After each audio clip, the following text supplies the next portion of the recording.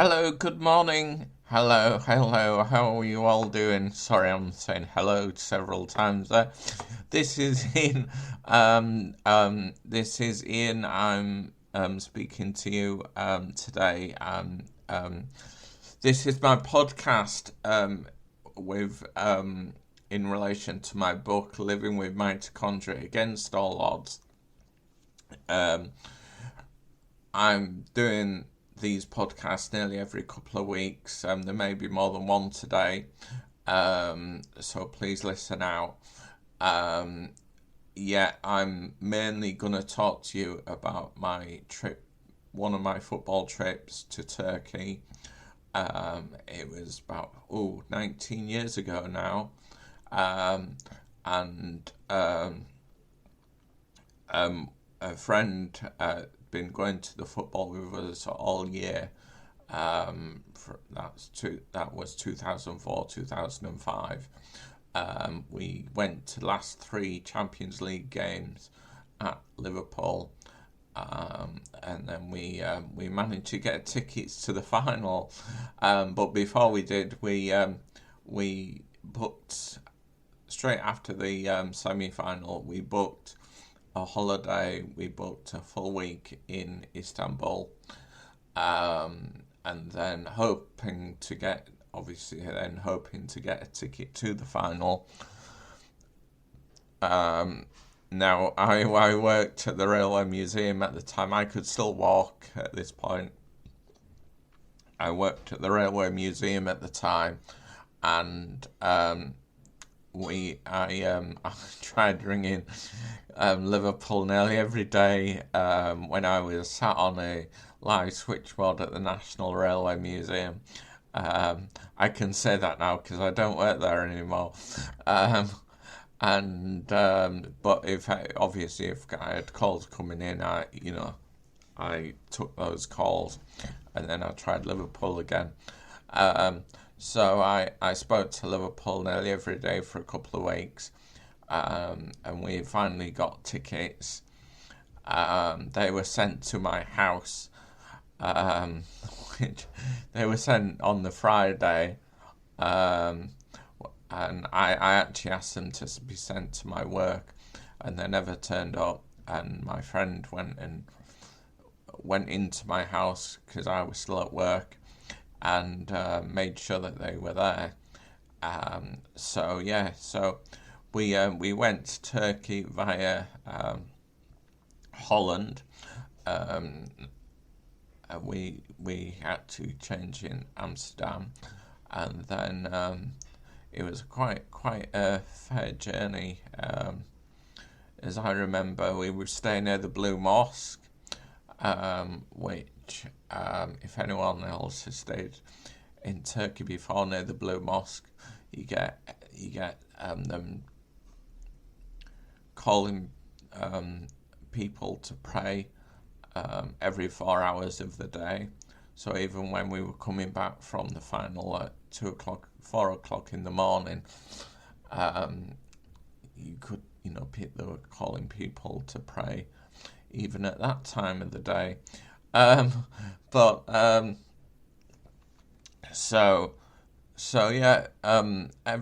I say, we were staying at the Blue Mosque when any time that I sat down to have a rest, you'd get people shining shoes. They'd come along asking if you wanted your shoes shined. That was an experience. And then a day or so into our stay there, Galatasaray were playing Fenerbahce. They were the two local teams, and one needed to beat the other to win the league.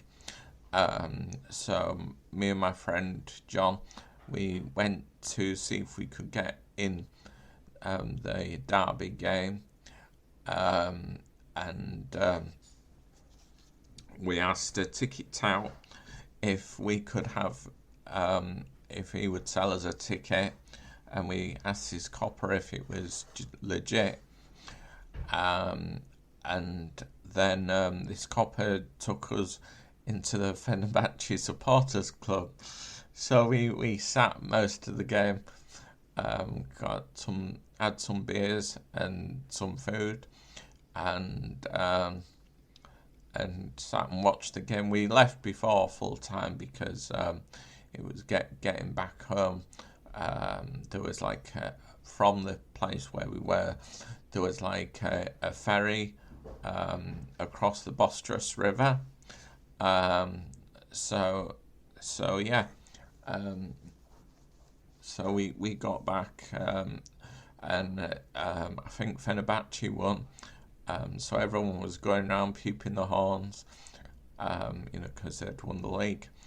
And then the day before the final, or the night before the final, everyone was stood in the fan park singing all our songs, and we were stood there and having a few beers and having a laugh, and yeah, that was all really good. And as I said, that was the day before the final, and then the day of the final, we again stood in the fan park all day, and then around about tea time, someone said if you have a match ticket, you can get on this bus, this shuttle bus. So we got on this shuttle bus, and it took a couple of hours to get there, because the place, the stadium where the final was held, was in the middle of nowhere, and it was crazy. It was all these Liverpool fans on this one bus. Everyone was singing and all our songs, and after one song there was another song, and then I tried not to drink that day because I was a little bit hungover, and two, I wanted to try and remember as much as I could about the final, and unfortunately I didn't have a radio, because when I go to the football, I usually have a radio because I can't see what's happening. I could walk back in those days. But during the semi-final, when Chelsea had the ball, Liverpool were booing, and we were singing and cheering when we had the ball. So it was. I thought, well, I won't need a radio if that's what's going to happen. We'll I'll know if we've got the ball or not. But anyway, I'll carry on more of this when I do my next podcast. So please listen out. This is my podcast in relation to my book, Living with Mitochondria Against All Odds. So please listen out. I'll be doing another podcast in a very short time. And as I say, it's in the relation to my book, Living with Mitochondria Against All Odds.